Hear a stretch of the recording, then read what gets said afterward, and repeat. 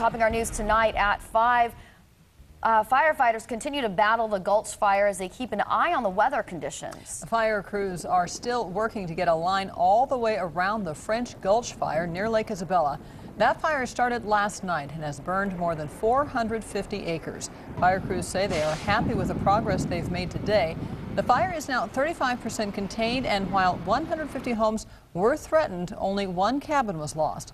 23 ABC's Chris Ornelas is at the incident command post with a look at how today's firefight efforts went. Chris?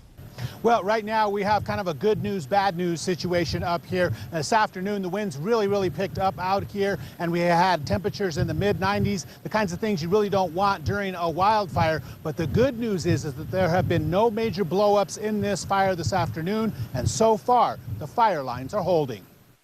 Fire crews marched into the French Gulf fire this morning for a day of back-breaking work.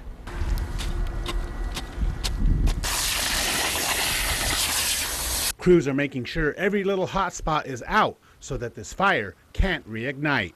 It's a much different story from about 6 o'clock last night. I was coming in from Bakersfield around 6:15 from work, and by the time I got up here, it was already halfway up to the cabin. Carlos Lopez's uncle is a retired firefighter and was there when Lopez got to his home in the Isabella Highlands area.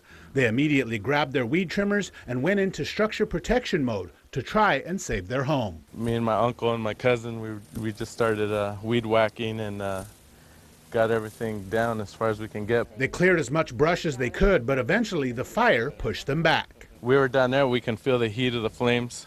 As we were weed whacking, my uncle told us to just quit. That's when the planes and helicopters moved in. It seemed like they're only 20 feet above the cabin. They just, as you see this red mark here, they were just dropping that stuff, and as the fire was coming up, it stopped it. Lopez says he finally got to sleep about 3:30 this morning. What was comforting is that we had about 5 firemen up here, so they were keeping an eye on everything all night long. He says now that his home is safe, he is relieved and grateful to firefighters. I was nervous. I was real nervous, and my uncles and my cousin, we were laughing because they said they'd never seen me weed whack so fast.